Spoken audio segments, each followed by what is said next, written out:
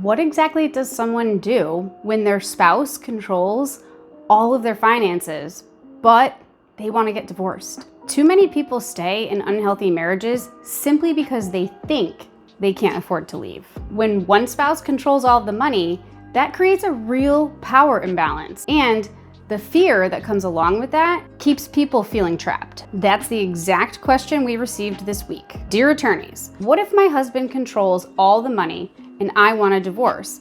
I feel financially trapped and don't know what my options are. Sincerely, feeling stuck. Over the next few minutes, I'm going to show you how Connecticut law protects you even if you don't control the finances, and how to get support you need to move forward safely.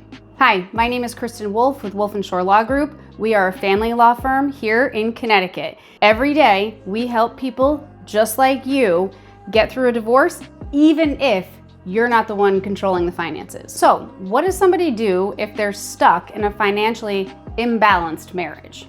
You don't have access to the bank accounts, you're worried you can't afford an attorney, and you're scared to make a move. Well, because of this, most people delay, or they start secretly stashing cash, or they ask a friend, or worse, they stay in the marriage thinking that there's nothing that they can do.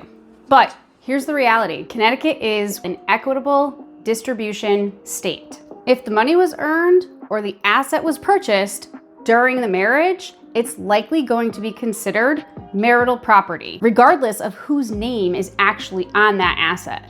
And when it's considered marital property, it is subject to division through divorce. Most people don't realize that you can file for divorce even if your spouse controls the finances. If you need some kind of temporary relief, you can seek that through the courts by filing pendente lite motions. Pendente lite motions are a fancy way of saying motions that are filed while the divorce is still pending. Some of these motions include temporary alimony, contribution to legal fees, access to marital funds or joint accounts, or even sometimes exclusive use of the home. Look, the court knows financial abuse is real, and it has the tools and the power to help restore balance while your case is still pending. When we come across a client that's in this situation, this is the process that we follow. Step 1, we're going to assess your financial picture, even if you don't know it all just yet. Step 2, we file motions for temporary financial support and sometimes legal fees so that you're not stuck. And then once that's done,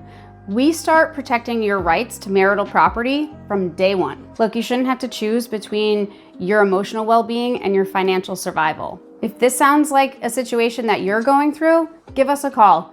Set up a consultation and we'll dive right in the 45 minutes that we have and give you a good plan to move forward.